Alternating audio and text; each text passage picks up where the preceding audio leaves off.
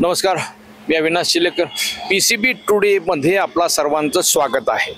पिंपरी चिंचवड महापालिकेच्या आरक्षणाची सोडत काल झाली.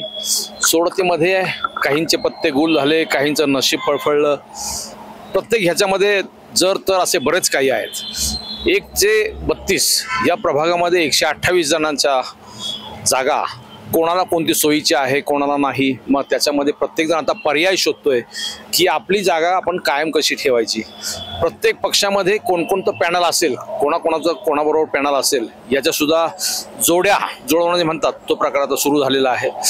गाठीबिठी सुरू झालेल्या आहेत. पुढच्या 2-3 दिवसामध्ये अनेक ठिकाणी पक्षांतर हा विषय फार महत्त्वाचा असणार आहे. या सगळ्या राजकीय पार्श्वभूमीवरती कालची जी सोडत झाली ती नेमकी कोणाच्या फायद्याची आहे, कोणाच्या पथ्यावर पडणार आहे, कोणत्या प्रभागामध्ये कोण रथी महारथी गारद होतील वगैरे वगैरे या विषयावर आपण पिंपरी चिंचवड शहरातील मान्यवर पत्रकारांशी चर्चा करणार आहोत. माझ्या बरोबर आहेत नाना कांबळे, नानाजी ज्येष्ठ पत्रकार, किरणजी जोशी आपलंही स्वागत आहे. नंतर नागेसाहेब आपलंही स्वागत आहे. जगताप साहेब आपलंही स्वागत आहे. नानासाहेब, तुमच्यापासून सुरुवात करू आपण. कालचे आरक्षण सोडत झाली त्याच्याकडे नेमकं तुम्ही कसं पाहता? तो फायदा तोटा या अंगाने आणि जे प्रभाग आहेत 1 ते 32 प्रभाग, त्याच्यामध्ये जे प्रमुख लोक आहेत, आपण जे नामांकित म्हणतो, महापौर, माजी महापौर, चेअरमन वगैरे, हे सगळे आपण डोळ्यासमोर ठेवले किंवा तिथले आमदार खासदार, तर त्यातली समीकरणं तुम्ही कशी पाहता? एकूणच जे आरक्षण पडले त्या आरक्षणाचा सगळा सारासार विचार करता गेला तर पिंपरी आणि चिंचवड विधानसभा मतदारसंघांमधल्या आरक्षणं जी आहेत ती मात्र खूप विचार करणारी, खूप गडबड, म्हणजे असं नेत्यांना जे आता स्थानिक जे आहेत त्यांना थोडंसं अडचण आहे. तसं भोसरी त्या मनाने खूपच सॉफ्ट झालेलं दिसतंय. हे कसं झालं की सातत्याने म्हणजे आरोप केला जातो की भोसरीवरती खूपच प्रेम केलं जातं, आरक्षणात पण प्रेम केलं गेलेलं दिसतंय. अनेक जण तिथं खूप सेफ झाल्यासारखं दिसतंय. मात्र चिंचवडला अनेक दिग्गज अडचणीत आलेले आहेत किंवा तसं पिंपरीत पण अनेक दिग्गज अडचणीत आलेले आहेत. आणि एकूण चित्र पाहता की खूप राजकीय समीकरणं पण बदलली जाण्याची शक्यता वाटायला लागलेली आहे. म्हणजे अगदीच उदाहरण झालं तर द्यायचं झालं तर कदाचित म्हणजे राष्ट्रवादी काँग्रेस, अजित पवार आणि शरद पवार जर चुकून एकत्र झाले इलेक्शनला तर आश्चर्य वाटणार नाही अशी परिस्थिती आता येऊन ठेपलेली आहे. आणि इकडं चिंचवडचं जर हे करायचं गेलं तर कलाटे सगळे अडचणीत आलेले किंवा नामदेव ढाके अडचणीत आलेले आहेत. इकडे पिंपरीमध्ये सुलक्षणा शिलवंत अडचणी आलेल्या आहेत किंवा मासुळकर अडचणीत आलेले आहेत, राहुल भोसले अडचणीत आलेले आहेत. हे सगळं बघितलं तर जी काय आरक्षण ज्या पद्धतीने पडली गेली त्या पद्धतीने म्हणजे जरी लोकांसमोर झालेली असली, सगळं समोर अगदी पारदर्शक म्हणत असले तरी सुद्धा हे उमेदवार लढू इच्छिणाऱ्यांना मात्र ते टेन्शन देणार आहे आणि त्यांना कुठेतरी चिंता त्यांना निर्माण करणार असं वाटतंय. किरणजी, तुम्ही काल त्या संदर्भामध्ये अगदी सविस्तर 1 ते 32 असं राजकीय विश्लेषण व्यवस्थित केलेलं आहे. मी ते वाचलं सविस्तर. तुम्ही कसं पाहता नेमकं ह्याच्यात फायदे तोटे आणि रथी महारथी याच्यात कोणाला अडचणीचं आहे, कोणाला फायद्याचं आहे? थोडं नावानिशी किंवा वाढ निहायचं सांगितलं नाही. आता वाढ निहाय म्हणण्यापेक्षा की एकूणच जे आता जे चित्र कालच्या आरक्षणानंतर जे आहे तर 41 जे रथी महारथी आहेत त्यामध्ये विद्यमान म्हणजे माजी महापौरांसह माजी स्टँडिंग चेअरमन सकट ते जे काही ताकदीचे उमेदवार आहेत त्यामध्ये भाजपचे जवळपास काहीतरी 31 आणि राष्ट्रवादीचे 10 हे विद्यमान हे यांच्या थेट त्यांच्या गटामधनं आरक्षण बदललं गेलेलं आहे. आणि त्यातल्या निम्म्या जे विद्यमान म्हणजे माजी नगरसेवक आपण जे 2017च्या निवडणुकीमध्ये होते तर त्यांना दुसरा कुठला पर्याय आत्ताचा दिसत नाही. म्हणजे पूर्ण त्यांना प्रभागच बदलावं लागेल अशी परिस्थिती आता दिसते आहे. पण हे करत असताना 80 जे प्रभाग आहेत ते 80 विद्यमान नगरसेवकांना त्यांच्या अनुकूल प्रभाग असं आपण म्हणूया पूर्वीप्रमाणेच त्यांचे प्रभाग रचना झालेली आहे. काहींना थेट झालेली आहे, काहींना दुसऱ्या गटामधनं झालेली दिसत आहे. आपल्या गटामधनं नसेल तर दुसऱ्या गटामधनं झालेली दिसत आहे. 8 जे प्रभाग आहेत ते जैसे ते पडलेले आहेत. 8 प्रभाग जे मागच्या वेळेला जे आरक्षण होतं ते सेम 2000 ते असं पडलेलं आहे. पण हे सगळं करत असताना तुम्ही जो प्रश्न विचारला तो महत्वाचा आहे की कोणाला सोपं आहे आणि कोणाला अवघड आहे. मुळात गेल्या 10 वर्षाची परिस्थिती बदललेली आहे जो मुलगा 10 वर्षाचा होता तो आता 20 वर्षांचा झालेला आहे, जो मतदार नव्हता तो मतदार झालेला आहे. त्यामुळे किती जरी आपण म्हटलं की ह्यांना म्हणजे अनुकूल आणि प्रतिकूल, तरी सुद्धा कोणीही, आत्ताच मी 2-3 कार्यालयांमध्ये जाऊन आलो, प्रचंड गर्दी इच्छुकांची त्या ठिकाणी झालेली आहे नेत्यांच्या मागं, की आत्ता बसलंच की आमचं तिकीट ज्यांना अनुकूल प्रभाग आहे त्यांना आम्हालाच तिकीट पाहिजे आणि ज्यांना इतर याच्यामध्ये घुसायचं आहे तर ती घुसखोरी आत्तापासून सुरुवात झालेली आहे. त्यामुळे जरी दिसायला जरी 80 विद्यमान नगरसेवक, की जे माझे नगरसेवक माझे विद्यमान म्हणू आपण, माझे 80 विद्यमान नगरसेवकांना जरी प्रभाग सोपा असं दिसत असेल तर त्यांना प्रभाग सोपा राहिलेला नाही, कारण त्यांच्याही पक्षामध्ये इच्छुकांची संख्या वाढलेली आहे, स्पर्धा वाढलेली आहे. महायुती पिंपरी चिंचवडमध्ये होणार नाही असं आता स्पष्ट दिसतं आहे. तुम्ही एक अंदाजामध्ये दिला होता की राष्ट्रवादी दोन्ही गट एकत्र येतील असा तुमचा अंदाज आहे. त्याबद्दल सध्या तरी काही स्पष्टता नसल्यामुळं आता आपण भाजप आणि राष्ट्रवादी अजित पवार गट या 2 गटांमध्ये ते स्पर्धा दिसते आहे. यामध्ये मला 2 मुद्दे मला पुढे दिसत आहेत की महाआघाडीला खिसगंतीच पकडायचं नाही, त्यामुळे आपल्या दोघांमध्ये स्पर्धा आहे असं दाखवायचं, असा एक त्यातला भाग असू शकतो. किंवा दोन्ही याच्यामध्ये पुढे जाऊ आणि नंतर काय असेल ते वाटाघाटी पुढल्या असतील अशा पद्धतीनं दिसतंय. पण भाजप मात्र 100% भाजप या द्वेषानं या इलेक्शनमध्ये उतरताना दिसत आहे. पण भाजपमध्ये इच्छुकांची संख्या खूप असल्यामुळं सर्वाधिक बंडखोरीला भाजपला सामना करावा लागू शकतो. नागेसाहेब, श्रीनिवास नागेसाहेब, तुम्ही सुद्धा आता ह्याच्यामध्ये आजच्या अंकातून पाहिलं मी फार सविस्तर सुंदर विश्लेषण केलेलं आहे. मला एक सांगा, ह्याच्यामध्ये आता नवीन समीकरण होण्याची शक्यता वाटते का? कारण पिंपरी चिंचवडमध्ये एकीकडे राष्ट्रवादीचे अजित पवार सांगतायत कोणत्याही परिस्थितीत 2017च्या पराभवाचा वचपा काढायचा, त्यांनी परवाच्या मुंबईच्या मीटिंगमध्ये त्यांनी सांगितलं. आणि दुसऱ्या बाजूने भाजपची मंडळी म्हणतात आता 77 आहे, यावेळेस 100% 100च्या पुढे. याच्यामध्ये दोघे एकमेकांच्या समोर येतील की आणखीन काही नवीन समीकरण याच्यामध्ये समोर येतील? खरं तर एवढ्या मोठ्या महापालिकेची, म्हणजे ज्याचं बजेट जवळपास 9-10 हजार कोटीचं आहे, एवढ्या महापालिकेची सत्ता सहजासहजी कोणी सोडणार नाहीच. अर्थात भाजप स्वतःच्या घटक पक्षांना सोबत घेणार नाही हे अगदी स्पष्ट झालेलं आहे. आणि त्यांचा जो निकटचा प्रतिस्पर्धी असेल तो राष्ट्रवादी अजितदादा पवार गट असेल. आणि या भाजप आणि अजित पवार गट या दोघातच खरी लढत होईल असं चित्र सध्या निर्माण केलं जातंय. अर्थात ते तसंच दिसतंही. दुसरीकडे आपल्याला असं म्हणायला लागेल की या आरक्षणामध्ये काही लोकांना फटका बसला, काही लोकांना सुरक्षितता मिळाली, पण मुळात आपण हे समजून घेतलं पाहिजे की मागच्या वेळी निवडून आलेले आता उभे राहतीलच असं नाही, किंवा उभे राहणारच नाहीत असंही नाही. तर बऱ्यापैकी सत्तेची ऊब जी हवी असते ती सगळ्यांनाच हवी असते. एकदा निवडून आल्यानंतर त्यांच्या महत्वाकांक्षाला आणखी तुमारी फुटतात, त्याच्यामुळे ते उभे राहतील. आणि खरंच आहे हे की आपल्या शहरातील नवी समीकरणे निर्माण होण्याची शक्यता आहे. नवी समीकरणे म्हणजे फार अशी नवीन नाही, म्हणजे भाजप आणि राष्ट्रवादी हे 2 प्रमुख पक्ष एकमेकाविरोधात उभे राहतील, त्याच्यासोबत महाआघाडीतले पक्ष असतील, शिवसेना असेल काही प्रमाणात. परंतु या भाजप आणि राष्ट्रवादीमध्ये जो प्रमुख सामना होईल आणि त्या सामन्यामध्ये सिंगल लार्जेस्ट पार्टी कोण होणार याचा खरा म्हणजे फैसला त्यावेळी होईल. आणि त्याच्यानंतर हे 2 पक्ष ठरवतील आपण काय करायचंय. अर्थात हे स्पष्ट आहे, म्हणजे अगदी ते कोणीच हे सांगायला कुठल्या तुमच्या भविष्यवेत्याची गरज नाही की हे 2 पक्ष शेवटी सत्तेसाठी एकत्र येतील. जसं राज्यात आलेले आहे तसे महापालिकेतही येतील आणि बऱ्यापैकी तसंच होईल असं दिसतंय. सोबत काही इतर पक्षांना घेतील असं सध्याचं चित्र आहे. आणि यात ही समीकरणं राहतील. अर्थात आपण हे बघितलेलं आहे गेल्या 4-5 वर्षात की इकडून तिकडे बरेच कसे काय गेलेले आहेत.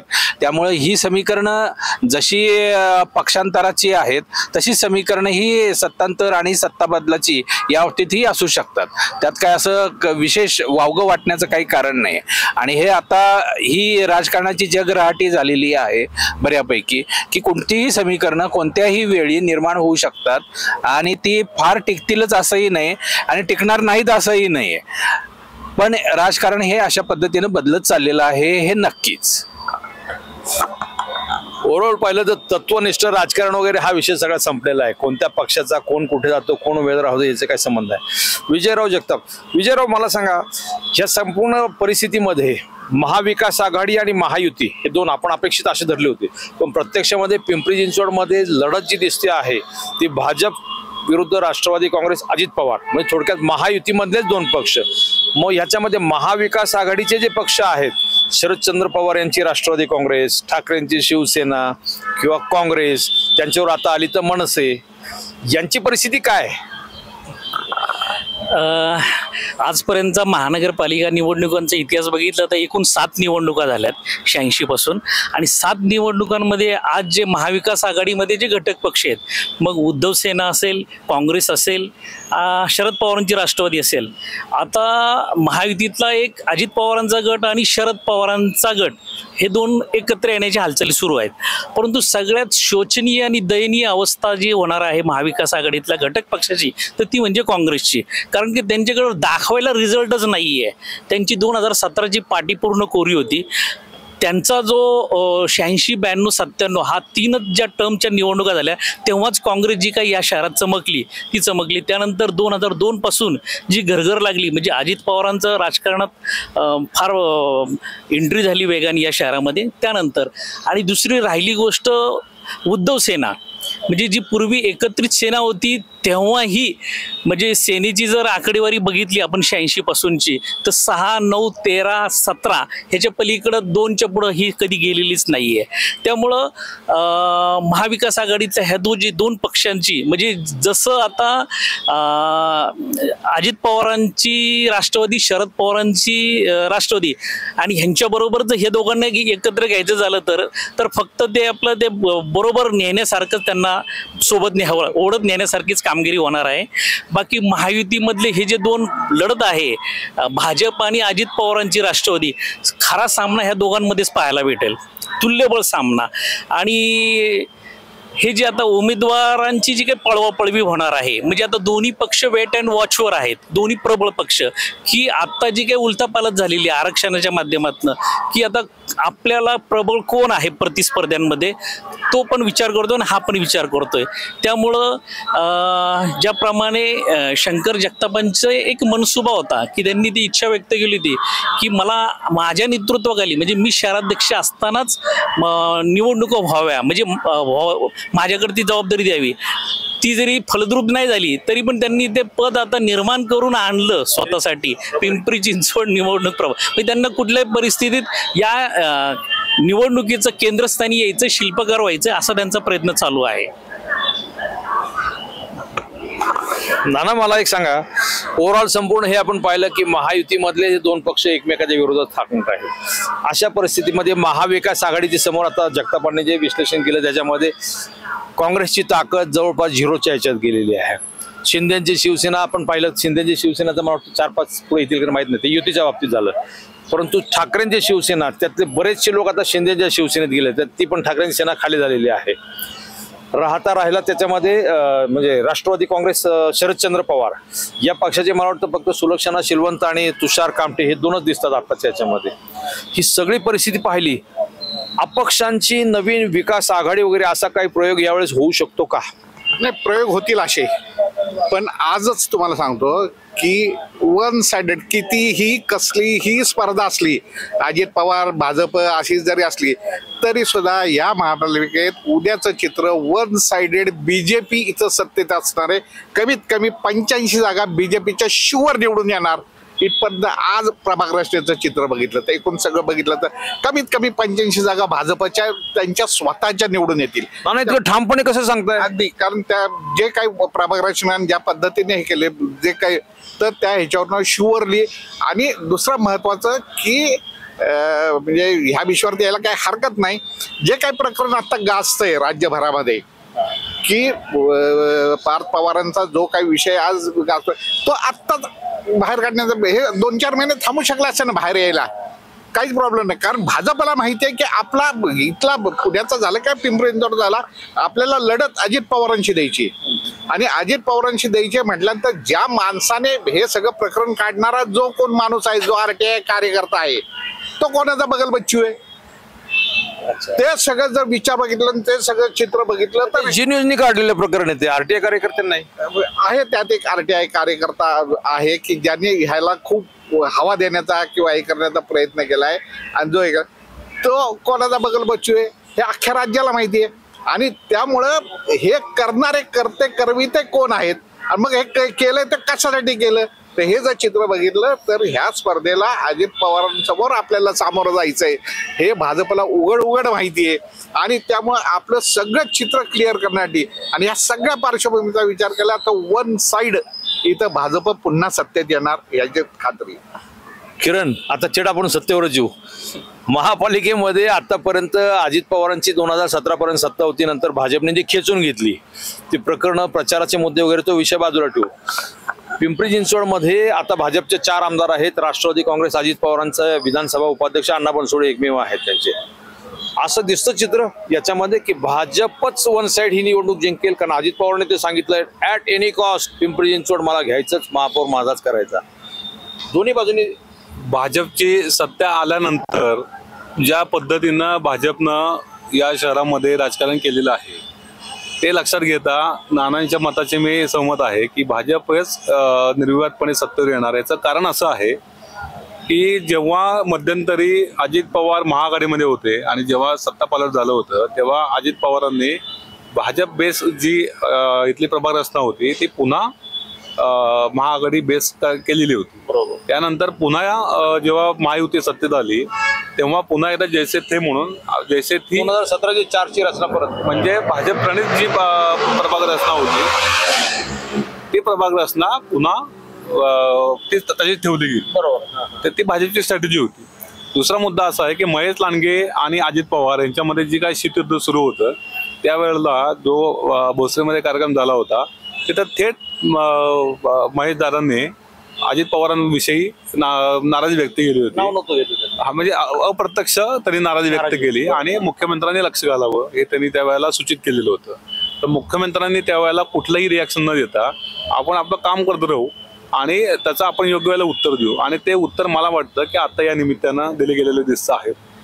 अजित पवारांनी ज्या पद्धतीनं महापालिकेमध्ये मिटिंगा घेऊन म्हणजे त्यांची जी काही मोडस होती, त्यांची जी काही पद्धत होती कामाची, त्यांनी गेल्या 6 महिन्यामध्ये 2 ते 3 मिटिंगा थेट महापालिकेत येऊन आपल्या कार्यकर्त्यांना, आपल्या नेत्यांना घेऊन केल्या आणि त्यांना कॉन्फिडन्स द्यायचा प्रयत्न केला आणि तिथंच भाजपचे जे नेते होते, भाजपचे जे कार्यकर्ते होते ते बॅकफूटला आलेले होते.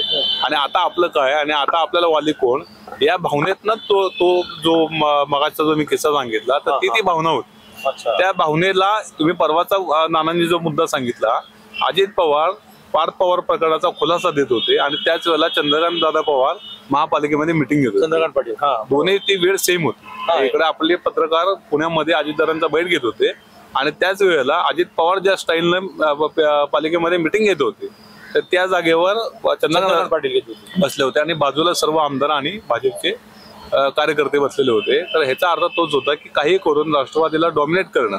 आणि मग दुसरा मुद्दा की ज्या वेळेला शरद पवार आणि अजित पवार एकत्र येत आहेत ही चर्चा होत असतानाच हा मुद्दा पुढे आला आणि जिथं अजित पवार पुणे आणि पिंपरी महापालिकेमध्ये नको इतकं लक्ष घालत आहे ते जेव्हा भाजपच्या लक्ष झालं त्याच दरम्यान हा विषय पुढे येतो आणि त्यावेळेला अजित पवार बॅकफुटवर जावं लागतो. हा योगायोग आहे का काय आहे तर याचं उत्तर आता तुम्ही द्यायचं. नागे साहेब, हा मुद्दा अत्यंत महत्वाचा आहे त्याच्यामध्ये.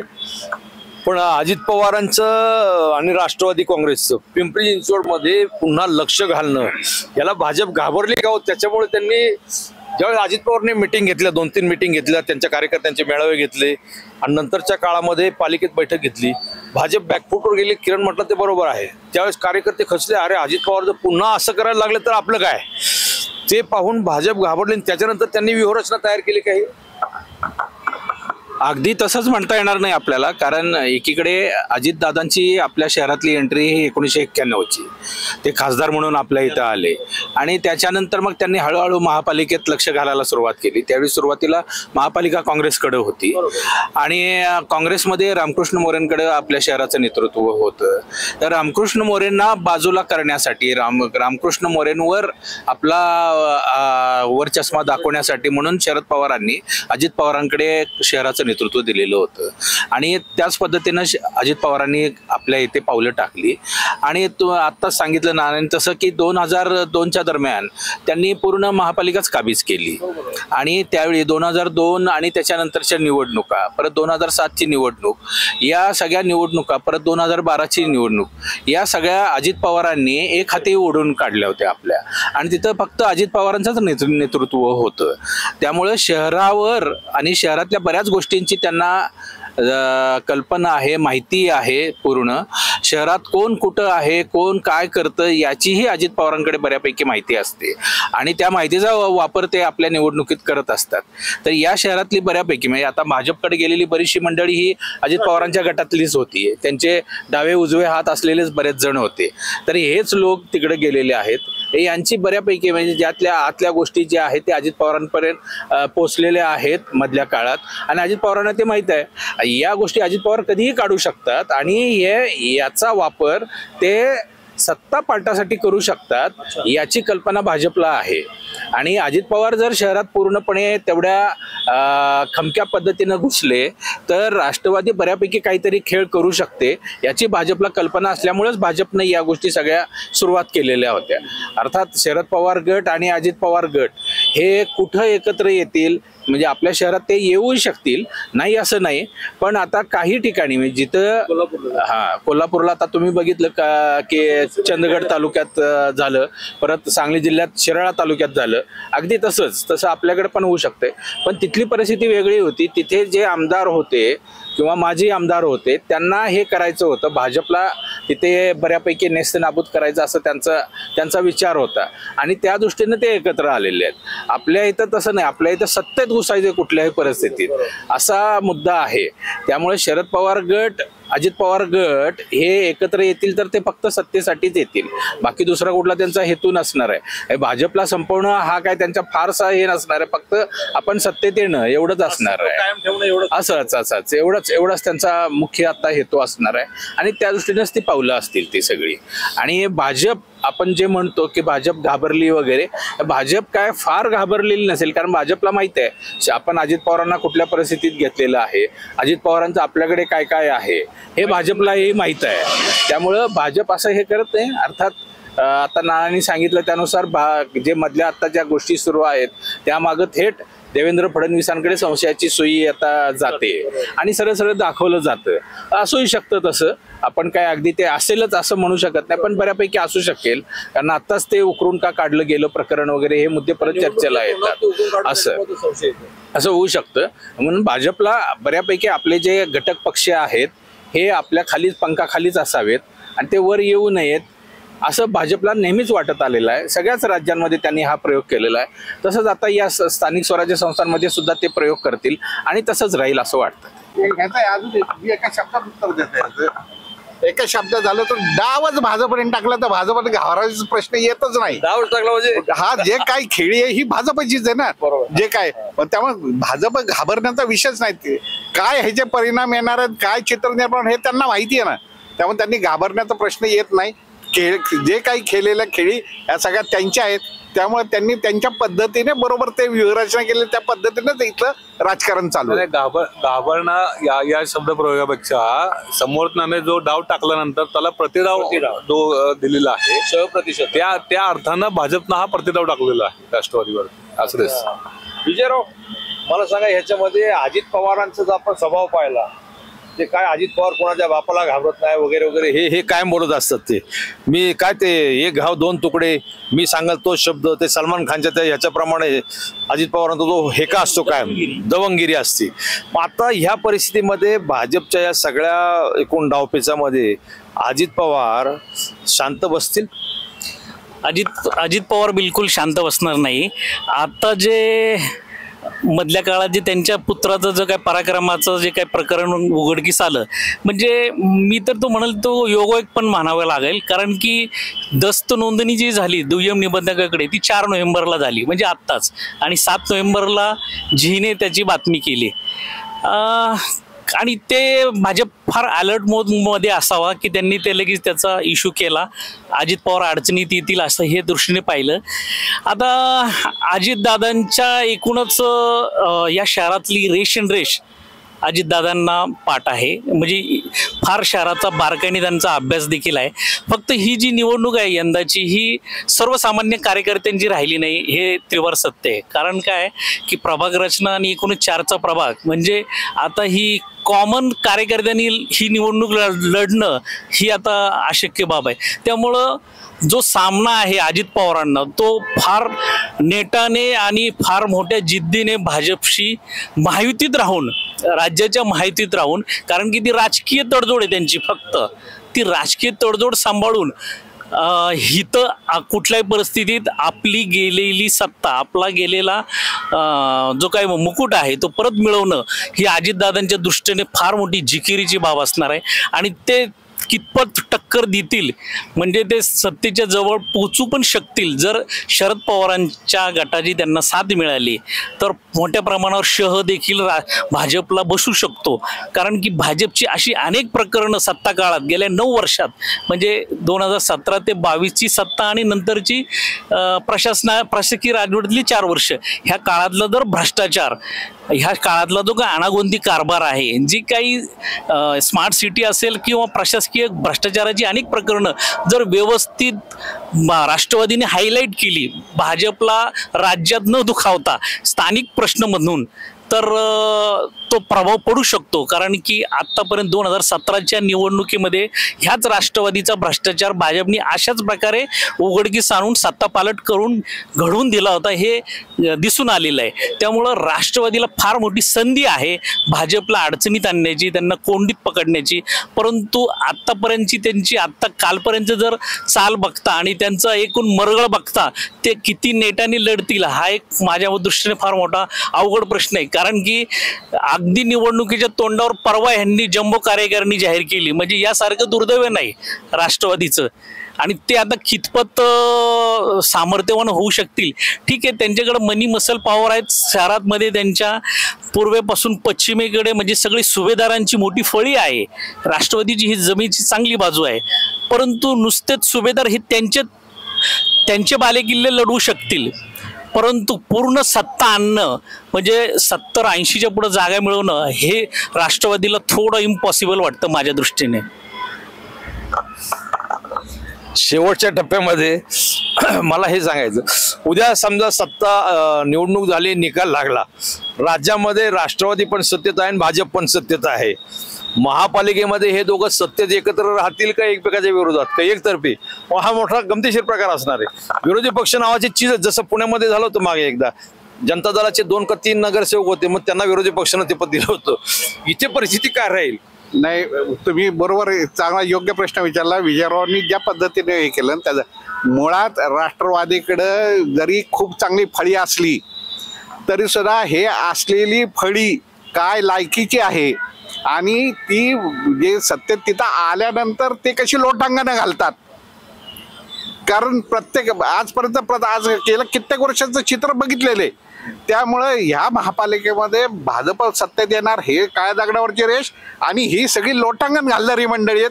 विरोधी पक्ष हा प्रकार ह्या महापालिकेत शिल्लक राहणार नाही. हे सगळं आळीमिळी असं एकमेक तुझ्या गाळा माझ्या गाळा अशा पद्धतीनेच सगळं काही व्यवस्थित होणार आहे. त्यामुळे चित्र काही विशेष बदलणार नाही. आणि मला नाही वाटत जरी खूप मोठी मोठी नावं राष्ट्रवादीकडे अजित पवारांच्याकडे असली तरी सुद्धा ऐन निवडणुकीत सुद्धा हा माझा हा तुझा आपण साठोलोटो करू असंच बऱ्याच जागांवरती होणार आहे. आणि त्यामुळे काही प्रश्न येत नाही. नाही, एकूणच या राजकारण म्हणजे या निवडणुकीमध्ये राष्ट्रवादीकडं शहराचा चेहरा म्हणून अजित पवार हा एकमेव चेहरा आहे. कारण राष्ट्रवादीला शहराचा असा म्हणून शहराचा कारभारी राष्ट्रवादीचा आता चेहरा नाही आहे. आणि या उलट भाजपकडे 3 ते 4 चांगले चेहरे आहेत. शहराध्यक्षांपासून सर्व आमदार आणि असे चांगले चेहरे आहेत. आणि त्यांनी आपापली भाग जरी आपण मजबूत ठेवला तरी नाना म्हणतात तसं येऊ शकतं. आणि दुसरं की जे राष्ट्रवादीमध्ये ताकदीचे उमेदवार आहेत त्यांनाच भाजपनं आपल्याकडे ओढण्याचा प्रयत्न केला की जिथं भाजप वीक आहे त्या ठिकाणी राष्ट्रवादी जर, आणि ती पद्धत भाजपची सगळ्यांना माहिती आहे. जे भाजपनं आता जे नागे म्हणाले जसं की आताची जे भाजपमध्ये जे कारभारी आहेत त्यातल्या निम्म्यापेक्षा जास्त राष्ट्रवादीचे आहेत. त्यामुळे अजूनही राष्ट्रवादीला इन्कमिंग करून जिथं जिथं लूप फॉल्स आहेत ते भरून काढलं तर निर्विवाद भाजपची सत्ता येऊ शकते. पण हे करत असताना तुमचा प्रश्न की राज्यात काय होऊ शकतं, तर हे तळाशी आपण म्हणजे लोकसभा होती तोपर्यंत ठीक होतं.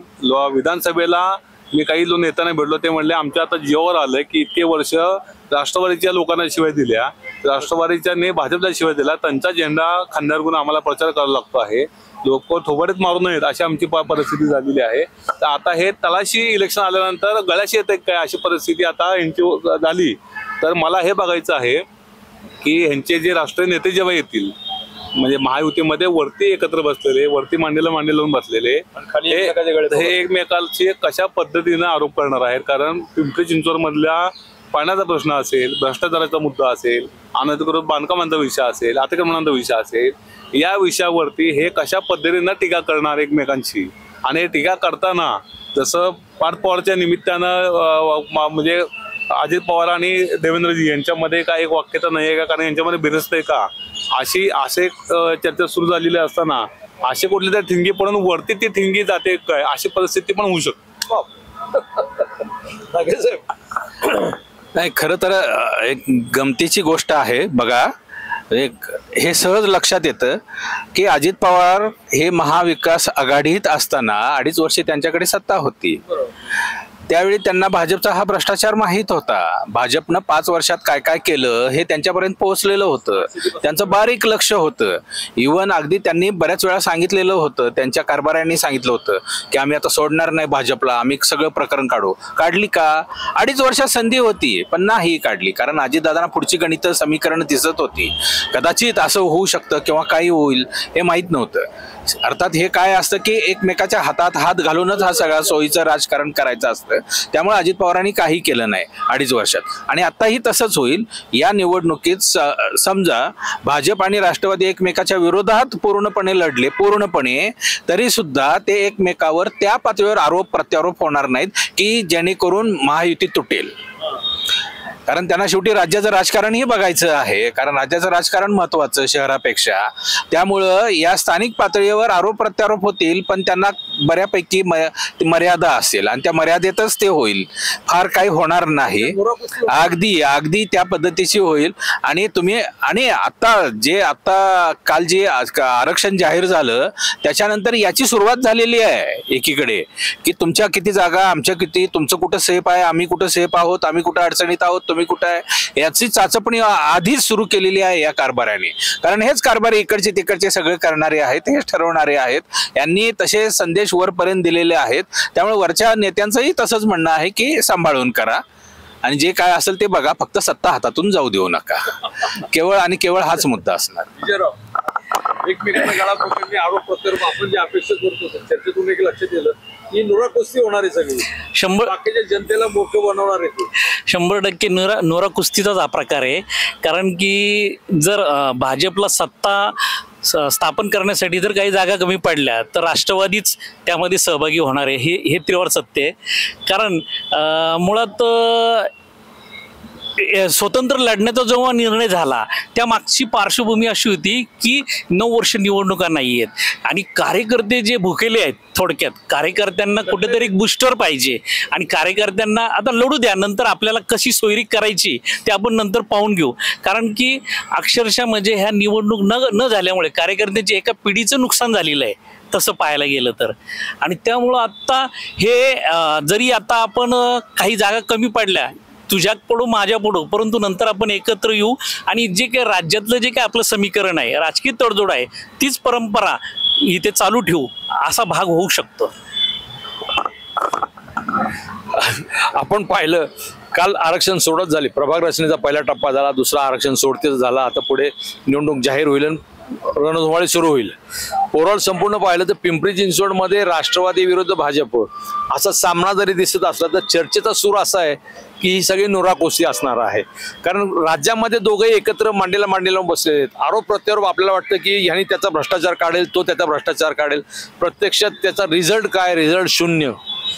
भाजपची भ्रष्टाचाराची प्रकरणं भरपूर आहेत, परंतु राष्ट्रवादी अद्यापपर्यंत त्या विषयावर चकार शब्द बोलायला तयार नाही, ही त्याची प्रचिती आहे. राष्ट्रवादीच्या वेळेस ज्यावेळेस राष्ट्रवादीची सत्ता गेली 2017 मध्ये, त्यावेळेस भाजप ह्याच्यावरती तुटून पडली होती. अक्षरशः भ्रष्टाचार हा निवडणुकीचा मुद्दा गेला. अत्यंत किरकोळ प्रकरणामध्ये भाजपने राष्ट्रवादीची सत्ता खेचून आणली होती.